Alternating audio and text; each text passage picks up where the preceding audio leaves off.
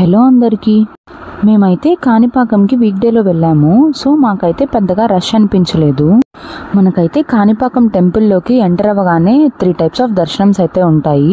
First ఏమో 100 rupees దర్శనం ఒకటి ఉంటుంది, తర్వాత 150 రూపీస్ దర్శనం ఉంటుంది, తర్వాత ఫ్రీ దర్శనం కూడా ఉంటుంది. 100 రూపీస్ దర్శనం అలాగే 150 రూపీస్ దర్శనం అయితే ఎప్పుడూ వెళ్తూ ఉంటారు. బట్ మనకి ఫ్రీ దర్శనంకి అయితే కొన్ని టైమింగ్స్ ఉంటాయి. పర్టికులర్గా ఆ టైమింగ్స్లో మాత్రమే అలో చేస్తారు.